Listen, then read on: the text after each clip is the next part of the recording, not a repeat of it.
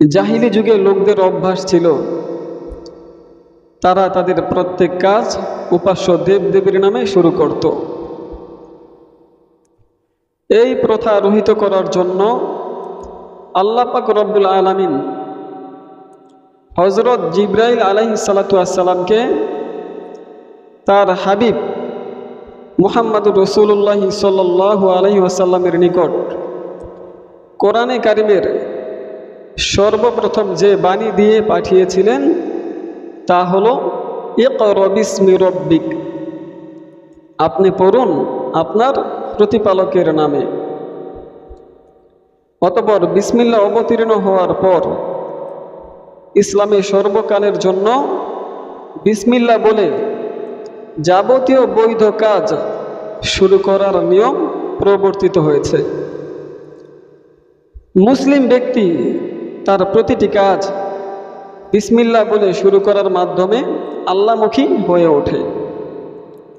বারবার আল্লাহর নামে কাজ শুরু করার মাধ্যমে সে প্রতি মুহূর্তেই আনুগত্যের স্বীকারোক্তির নবায়ন করে যে আমার অস্তিত্ব, আমার যাবতীয় কাজ কর্ম এক আল্লাহর ইচ্ছা ও তার সাহায্য ব্যতীত সম্পাদিত হতে পারে না।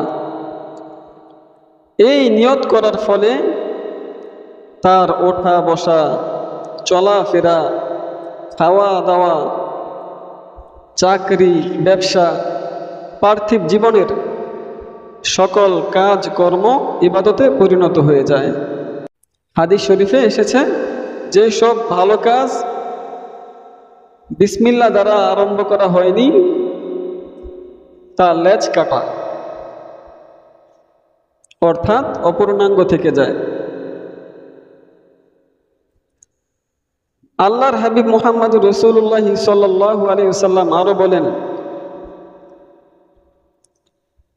যে কাজ বিসমিল্লাহ ব্যতীত করা হয় তাতে কোনো বরকত থাকে না।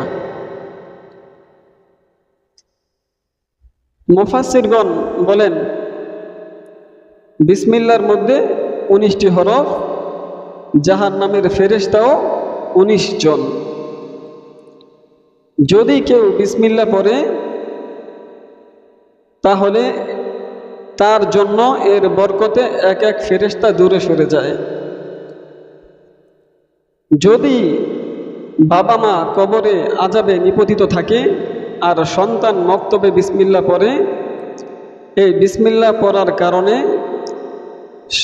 ওই বাবা মার কবরের আযাব হালকা হয়ে যায়।